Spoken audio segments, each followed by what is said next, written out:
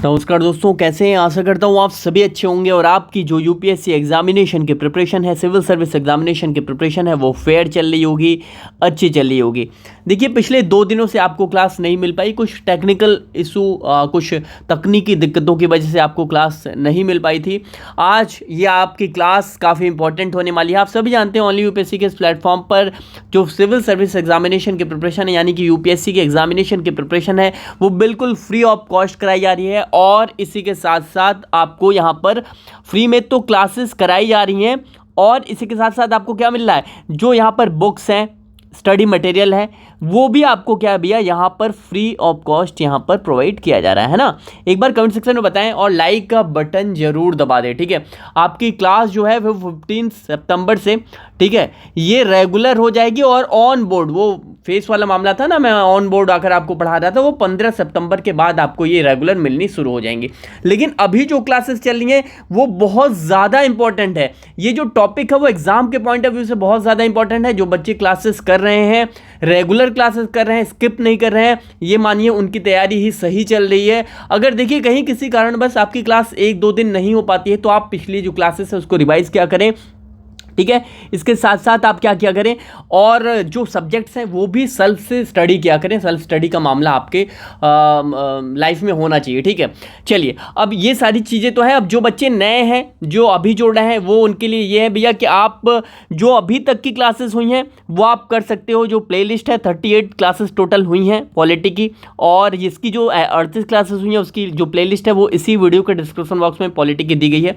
और इकोनॉमी की भी आपकी लगभग 19 क्लासेस हुई हैं, इसकी भी प्लेलिस्ट इसी वीडियो के डिस्क्रिप्शन बॉक्स में दिया गया है, ठीक है। आप जाकर लिंक पर क्लिक करके आप ये 38 इसकी देख सकते हैं, 19 इसकी क्लासेस कर सकते हैं। कोई प्रॉब्लम, समस्या, परेशानी हो तो आप हमें 9711411048 इस पर आप हमें क्या कर सकते हैं, व्हाट्सअप कर सकते हैं। और क्या कर सकते हैं भैया, व्हाट्सअप कॉल भी कर सकते हैं, ठीक है। चलिए, अब शुरू करते हैं आज की क्लासेस को।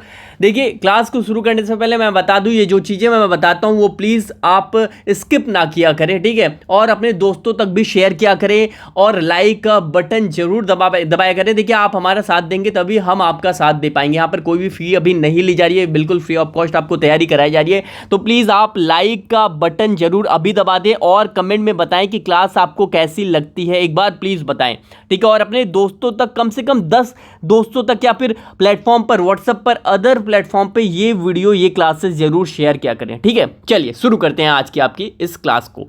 देखिए, लास्ट क्लास में हमने क्या पढ़ा था, एक बार कमेंट सेक्शन में बताएं। आप लास्ट क्लास में हमने क्या पढ़ा था, एक बार कमेंट सेक्शन में बताएं। और शुभम मिश्रा वाले चैनल को जाकर सब्सक्राइब कर लें। इसी वीडियो के डिस्क्रिप्शन बॉक्स में मैं उस चैनल को सीधा डील करता हूं। मैं उस पर आपको यूपीएससी से रिलेटेड जो भी आपको ये कह सकते हैं कि जो आंसर राइटिंग वाला मामला है, जो आपका एग्ज़ाम से रिलेटेड कोई अपडेट्स आती हैं, या फिर आप ये कह सकते हैं मतलब यूपीएससी के जो A to Z वाला मामला है वो मैं वहाँ पर डिस्कस करता रहता हूँ। अपनी लाइफस्टाइल को भी थोड़ा वहाँ दिखाता रहता हूँ, तो आप वहाँ जाकर सब्सक्राइब कर सकते हैं। मेरे नाम से वो चैनल इसी वीडियो के डिस्क्रिप्शन बॉक्स में उसकी भी लिंक दी गई है, ठीक है। चलिए, अब मूल अधिकार और निदेशक तत्वों के बीच जो टकराव का मामला था, मैंने कहा था लास्ट क्लास में कि वो आगे अपन लोग पढ़ेंगे, है ना। तो आज का जो टॉपिक है वो क्या भैया, डीपीएसपी हम लोग पढ़ रहे हैं।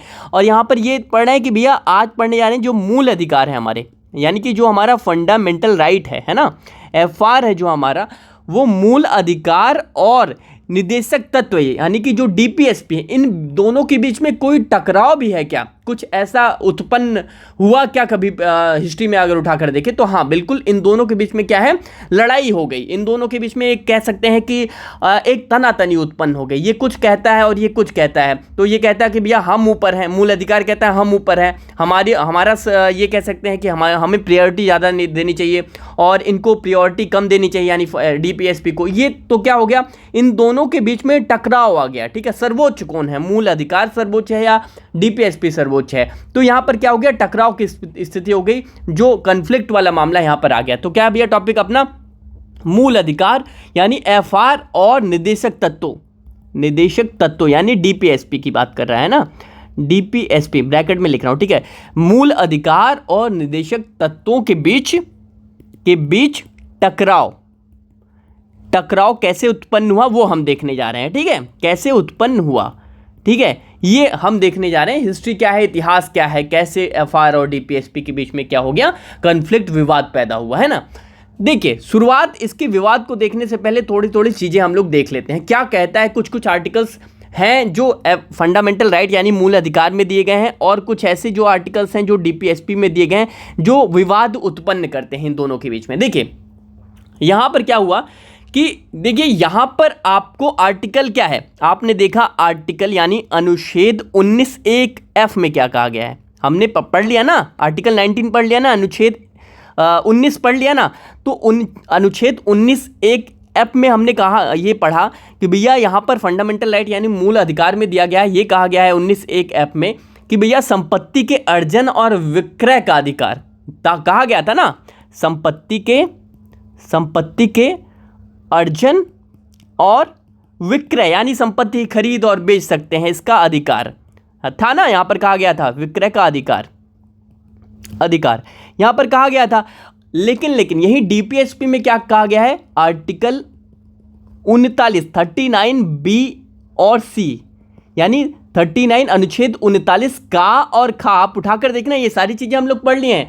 तो इसमें क्या कहा गया, 39 का और खा में क्या कहा गया, यहां पर कहा गया कि भैया संपत्ति के केंद्रीकरण को प्रतिबंधित करा जाएगा, राज्य जो है वो संपत्ति के केंद्रीकरण को प्रतिबंधित करेगी। क्या कहा गया भैया, संपत्ति के केंद्रीकरण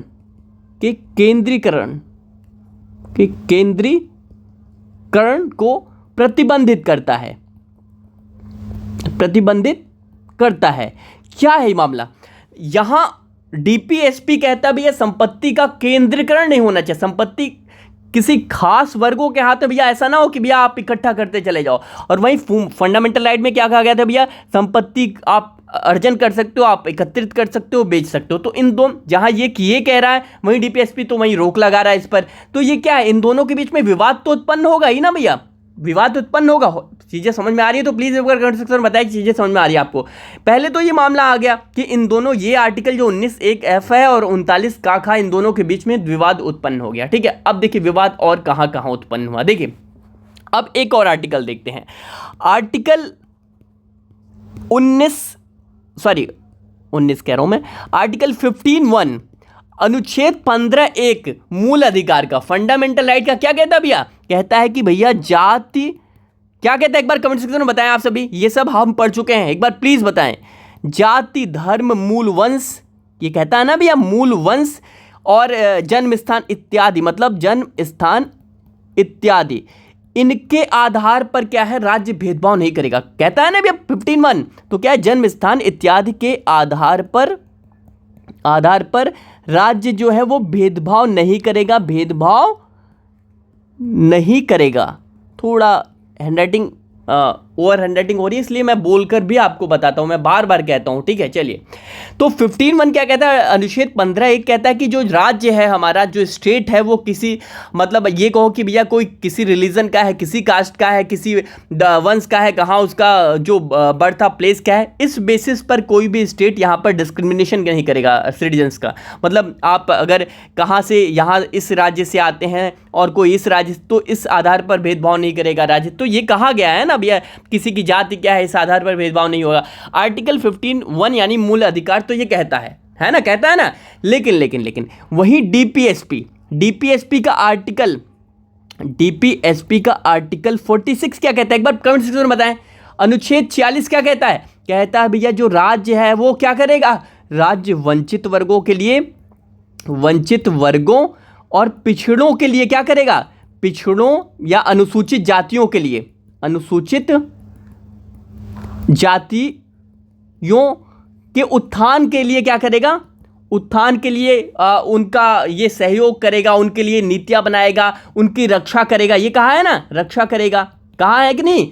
तो जहां आर्टिकल 15(1) पहले क्या कहा, मूल अधिकार जो हमारा था, जब बनकर हमारा संविधान तैयार हुआ तो 15(1) में क्या कहा गया था कि जाति, धर्म, मूल वंश, जन्म स्थान पर हमारा जो राज्य है वो भेदभाव नहीं करेगा।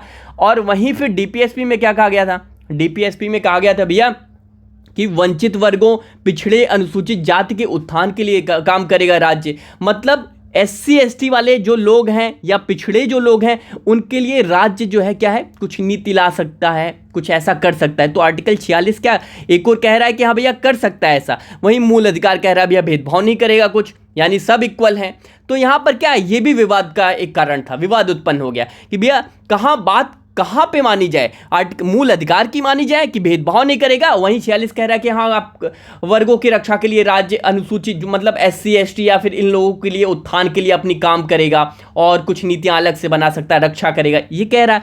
तो यहाँ इन दोनों में विवाद उत्पन्न हो गया। ठीक है, अब ये जो विवाद उत्पन्न हुआ वो कहाँ से शुरुआत हुआ वो देखते हैं। देखिए शुरुआत, देखिए ये सब DPSP में, तो ये मतलब आर्टिकल 50 जब हमारा संविधान बनकर तैयार हुआ तो यहाँ पर मूल अधिकार में तो ये चीज़ें दी गई और DPSP में ये चीज़ें दी गई, तो ये सब चीज़ें तो आ गई थी, मतलब संविधान बनकर तैयार हो गया। लेकिन जब मामला कहाँ बिगड़ा, मामला बिगड़ा एक केस आया, एक केस सामने आया चंपकम दोराई राजन वाद के नाम से। इस केस को बहुत ज़्यादा इंपॉर्टेंट ये केस है। क्या नाम है भैया,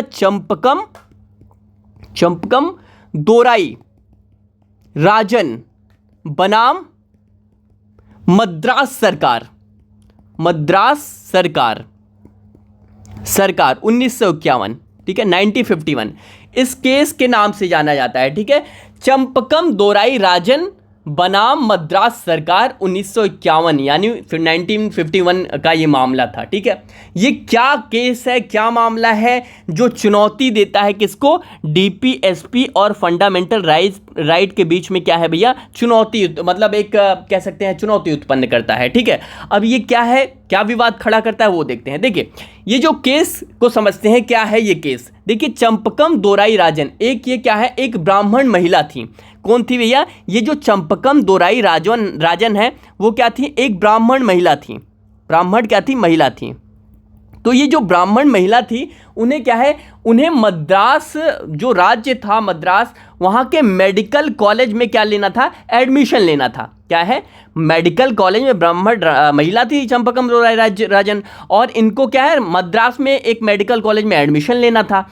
अब मेडिकल कॉलेज में तो एडमिशन इनको लेना था, लेकिन प्रॉब्लम इन्होंने क्या हुआ, इनके सामने समस्या उत्पन्न हो गई। क्या समस्या, देखिए यहाँ पर मद्रास राज्य जो है, जो मद्रास राज्य है वो क्या है, जो मद्रास राज्य है मतलब जो ये स्टेट है मद्रास, वो क्या है, वो 1927 में इन्होंने क्या किया था, मद्रास राज्य का एक सरकारी आदेश था, 1927 का एक सरकारी आदेश था मतलब मद्रास राज्य ने 1927 में एक सरकारी आदेश जारी किया था, मतलब आदेश निकाला था। वहाँ पर कहा था कि भैया इस 1927 का आदेश था, वहाँ पर कहा कि भैया ये जो आदेश था, कहा कि भैया जाति के आधार पर क्या है, कि आधार पर सीटें आरक्षित की जाएंगी। कहाँ की जाएंगी, ये जो एडमिशन लेना था दोराई राजन को, यहाँ पर कहा गया कि भैया जात के आधार पर, मतलब जो मेडिकल कॉलेज में इनको एडमिशन लेना था वहाँ पर 1927 का ये जो आदेश था मद्रास राज्य का, वो कहता है कि जात के आधार पर सीटें यहाँ पर रिजर्व की जाएंगी। ठीक है, और जाति के आधार पर सीटें रिजर्व की जाएंगी, तो कैसे मद्रास राज्य वहाँ पर सीटें रिजर्व करता ये था कि भैया ये आरक्षण का फार्मूला वहाँ पर था कि हर 14 सीटों पर, बात को समझिएगा, हर 14 सीटों में क्या करते थे, यहाँ पर क्या कहा था कि 6 सीटों जो हैं, 6 जो सीट हैं वो गैर ब्राह्मण के लिए, बात को समझिए, के लिए 6 सीटें थी वो गैर ब्राह्मण के लिए, मतलब जो लोग ब्राह्मण नहीं हैं वो इन 6 सीटों पे सिर्फ एडमिशन ले सकते हैं, मतलब ब्राह्मण के अलावा कोई भी इन 6 सीटों पर एडमिशन ले सकता है। ठीक है, और क्या था, फिर कहा था कि 2 सीटें जो है वो पिछड़े हिंदुओं के लिए फिक्स की गई थी, पिछड़े हिंदुओं के लिए। ठीक है, और फिर 2 हरिजन के लिए फिक्स कर दी गई थी, हरिजन के लिए, मतलब हरिजन के लिए। ठीक है, बात को समझिएगा। तो इस तरह से ऐसे 14 सीटों का फिक्स किया गया था। ठीक है, कि मतलब ये जाति के आधार पर था कि 6 सीटें इनको गैर ब्राह्मण, जो ब्राह्मण नहीं है उनके लिए फिक्स, मतलब इस तरह से 14 सीटें क्या है फिक्स की गई थी। हर 14 सीटों के बाद इस तरह का आरक्षण वहाँ पर लगाया गया था। तो यहाँ पर जब ये जो चंपकम दोराई राजन है ये महिला जब एडमिशन के लिए मेडिकल कॉलेज मद्रास के पहुंची तो उनसे कहा गया भैया कि 1951 में जब एडमिशन के लिए पहुंची, ये चंपकम दोराई राजन जो है 1951 में क्या है एडमिशन के लिए पहुंची। तो एडमिशन के लिए जब ये पहुंची तो कॉलेज ने क्या किया, एडमिशन देने से इनको क्या कर दिया भैया, मना कर दिया। कहा हम एडमिशन नहीं दे पाएंगे और कहा कि आपके समुदाय की सीटें भर चुकी हैं, यानी आप ब्राह्मण समुदाय से आती हैं तो आपके समुदाय के लिए इतनी सीटें फिक्स थी और ये भर चुकी हैं, अब हम आपको एडमिशन नहीं दे सकते। ठीक है, तो यहां पर क्या है, इनको एडमिशन देने से ये मेडिकल कॉलेज ने मना कर दिया। अब क्या हुआ भैया, यहां पर मामला यहां अब उत्पन्न हुआ और क्या है भैया, अब जबकि जो अब 1951 में क्या था, संविधान लागू हो चुका था, बनकर तैयार भी हो गया था और 1951 में लागू भी हो चुका था। और वहीं 1951 में कह रहा है भैया मद्रास जो मेडिकल कॉलेज है मद्रास का, वो कह रहा है भैया हम आपको एडमिशन नहीं दे सकते क्योंकि आपकी जाति की सीटें जो हैं, आप ब्राह्मण समुदाय से आते हैं, आपकी सीटें फिक्स मतलब भर चुकी हैं, हम आपको एडमिशन नहीं दे सकते। तो 1951 में तो संविधान लागू हो गया था और मौलिक अधिकार भी लागू हो गए थे, यानी फंडामेंटल राइट जो है वो भी लागू हो गए थे कि नहीं, फंडामेंटल राइट लागू 1951 में। तो इन्हों क्या भैया, यहां पर जो 15(1) है आर्टिकल, अनुच्छेद 15(1) जो है फंडामेंटल राइट का, मूल अधिकार का, जो क्या कहता है भैया, यहां पर हमने पढ़ा ना, क्या कहता है, यहां पर कहता है भैया कि किसी जाति, धर्म, मूलवंश, जन्म स्थान इत्यादि के आधार पर राज्य भेदभाव नहीं करेगा। लेकिन चंपकम जो राजन थी, उन्हें लगा भैया कि ये तो भैया मेरे जाति धर्म के आधार पर इस पर मेरा भेदभाव हो रहा है और मेरे मूल अधिकार का उल्लंघन हो रहा है ना भैया, जब उनको वहाँ पर सीटें जो है एडमिशन नहीं दिया जा रहा है इस वजह से, क्योंकि वो खास जाति से आती हैं, खास समुदाय से आती हैं, तो उन्हें लगा भैया कि हमारा जो है यहाँ मूल अधिकार 15(1) जो है वो वायलेट हो रहा है, आर्टिकल 15(1) का वायलेशन हो रहा है, मूल अधिकार का उल्लंघन हो रहा है। ठीक है, तो अब क्या है, अब यहाँ पर ये क्या हो गया, यहाँ पर ये सुप्रीम कोर्ट हाई कोर्ट पहुँच गई। कहाँ पहुँच गई, हाई कोर्ट पहुँच गई। अब देखिए ये सारी चीज़ें तो हैं, ये सारी चीज़ें तो चल रही हैं, मतलब 1951 में जब ये कहा गया चंपकम दोराई राजन से, ये कहा गया कि हम एडमिशन नहीं दे सकते, क्यों, क्योंकि भैया आप उस समुदाय से आती हैं, ब्राह्मण समुदाय से आते हैं, आपकी सीटें भर चुकी हैं।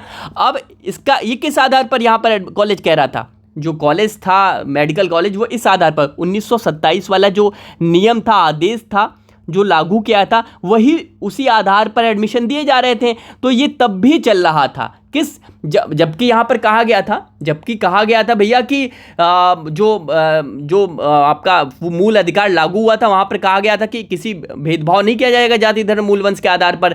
और यहाँ पर 1927 वाला जो आदेश था मद्रास सरकार का, वो चल रहा था उसके बावजूद भी।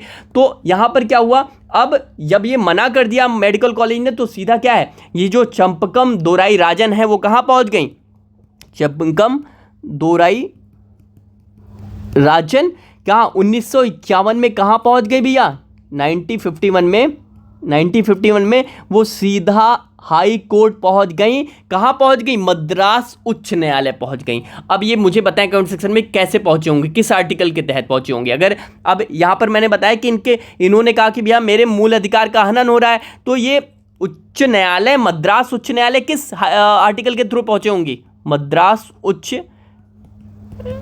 न्यायालय पहुंच गई, आर्टिकल 226 है ना भैया, हाई कोर्ट पहुंच गई, मद्रास हाई कोर्ट अनुच्छेद 226 के तहत पहुंच गई और कह रही थी कि मेरे मूल अधिकार का हनन हो रहा है, 15(1) का हनन हो रहा है, जहां पर कहा गया है भैया कि जाति धर्म मूलवंश जन्म स्थान के आधार पर राज्य भेदभाव नहीं करेगा और मेरे यहाँ पर भेदभाव मुझसे कर रहा है। तो ये कहाँ पहुँच गई, सीधा मद्रास उच्च न्यायालय पहुँच गई। और किसके खिलाफ पहुँच गई, ये यहाँ पर मद्रास राज्य के खिलाफ पहुँच गई, मद्रास सरकार के खिलाफ पहुँच गई, क्योंकि मद्रास सरकार ने ही तो ये लागू किया था 1927 वाला ना आदेश, तो उनके खिलाफ पहुंच गई। अब देखिए हुआ क्या, अब यहां पर मद्रास उच्च न्यायालय जो था वो ऐतिहासिक फैसला सुनाया।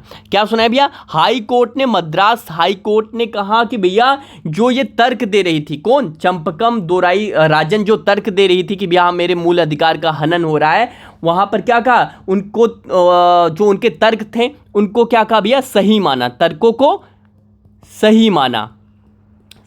कैसे माना, उन्होंने कहा कि सही बात है, ये जो महिला हैं इनके मूल अधिकार का हनन हो रहा है और ये लागू नहीं होना चाहिए। क्या, ये जो आप जाति के आधार पर कह रहे हैं कि ब्राह्मण हैं और ये गैर हिंदू हैं या ये ऐसे हैं, इस तरह से हैं, ये जो जाति के आधार पर आप सीटें दे रहे हो वो गैर कानूनी है, गैर संवैधानिक है। इसलिए क्या कहा भैया, इनके तर्कों को सही माना, चंपकम दोराईराजन की तर्कों को सही माना और कहा भैया कि ये जो 1927 वाला आपका कानून है ना, आदेश जो आदेश मद्रास सरकार ने पारित किया था 1927 में, उसको क्या किया, उसको वहाँ पर बंद करवा दिया, उसको अवैध माना, ठीक है, और क्या किया, उसको रद्द कर दिया। किसको? 1927 वाले कानून को रद्द कर दिया, कानून को रद्द कर दिया। जहाँ पर क्या था, वो प्रावधान था जाति के आधार पर, धर्म के आधार पर जो आरक्षण दिया जा रहा था उसको रद्द कर दिया। यहाँ पर क्या कर दिया, हाई कोर्ट ने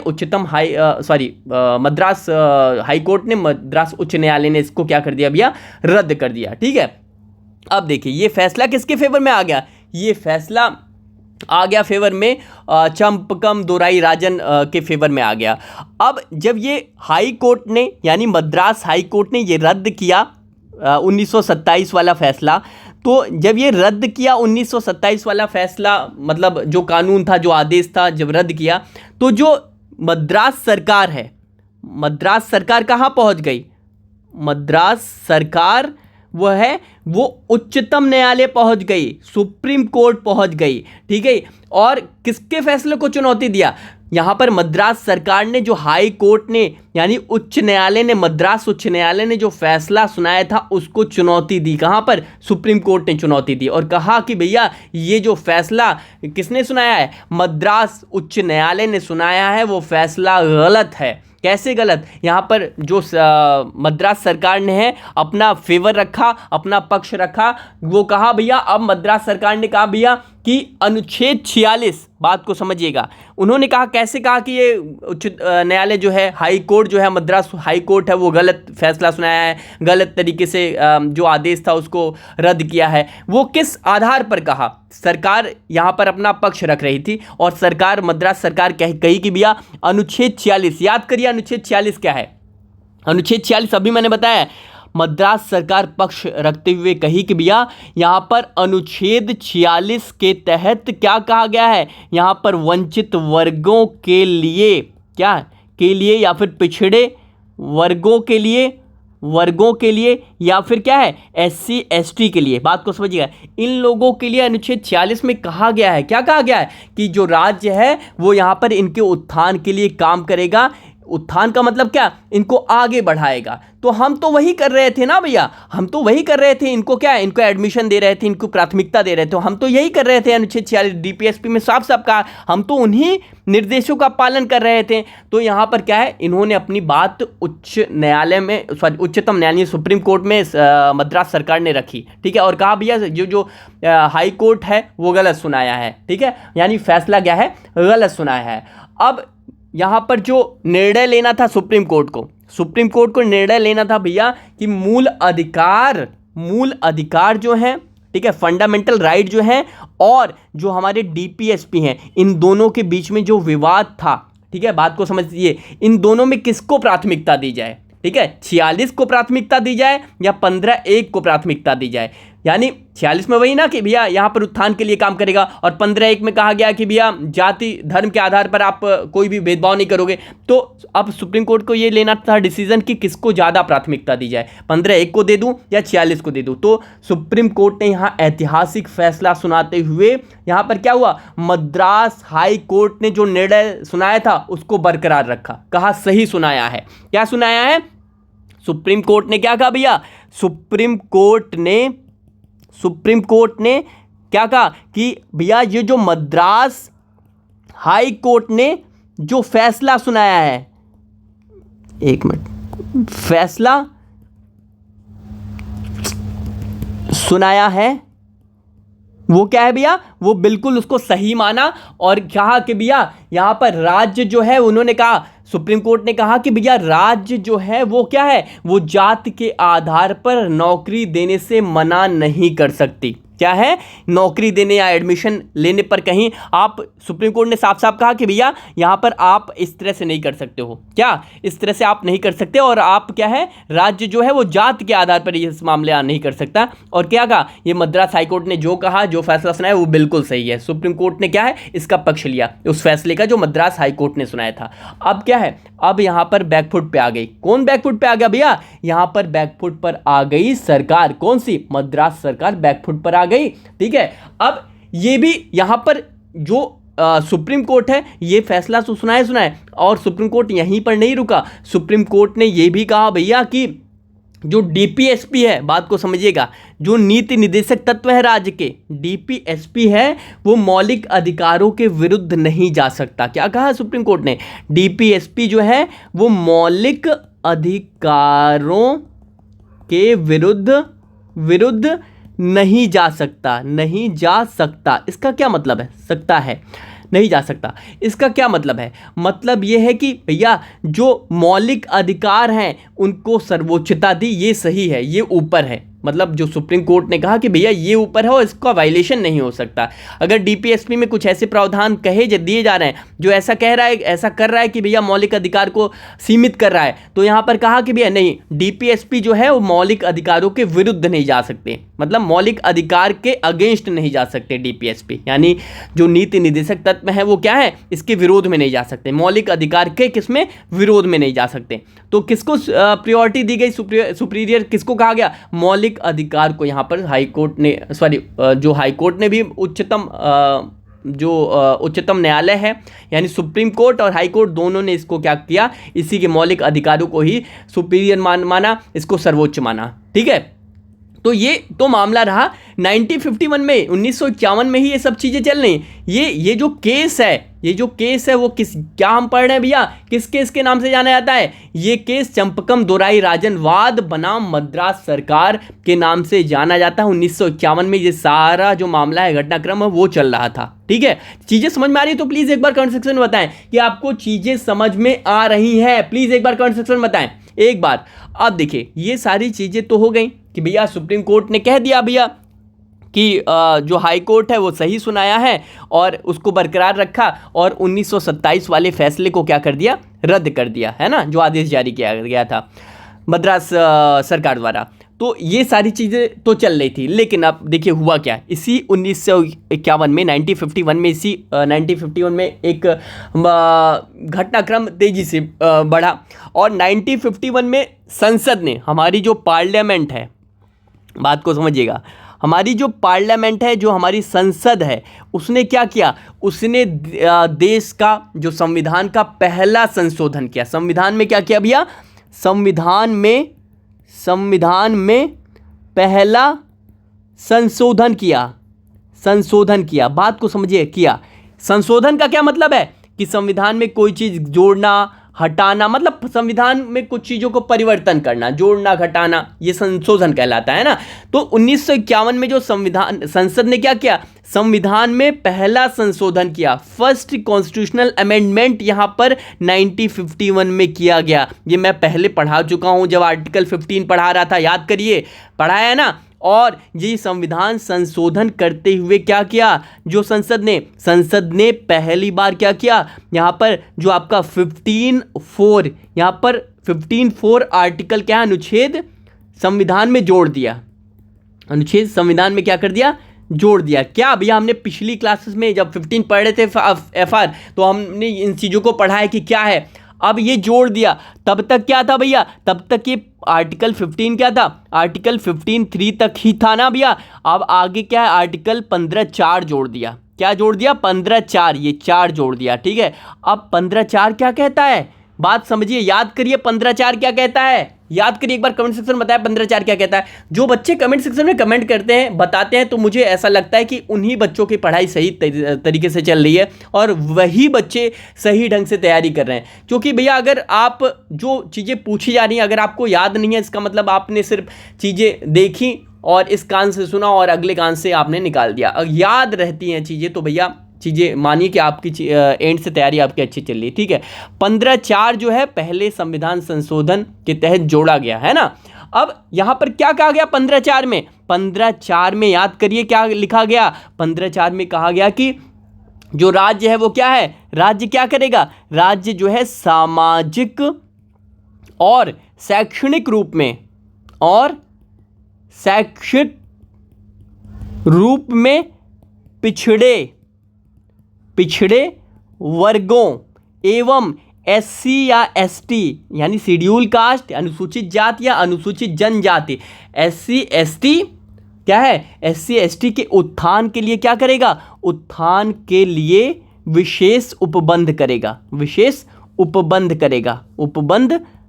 करेगा। याद करिए ये, यानी कि याद है ना आर्टिकल 15(4) मैंने पढ़ाया था और कहा था पहला संविधान संशोधन के द्वारा ये जोड़ा गया संविधान में, और कहा कि भैया राज्य जो है सामाजिक और शैक्षणिक रूप से पिछड़े वर्गों एससी एसटी के उस उत्थान के लिए विशेष उपबंध करेगा। यानी आरक्षण वाला मामला यहाँ पर आ गया कि सरकार राज्य जो है वो रिजर्वेशन दे सकती है, किसको? एससी एसटी या पिछड़े वर्गों को रिजर्वेशन दे सकती है।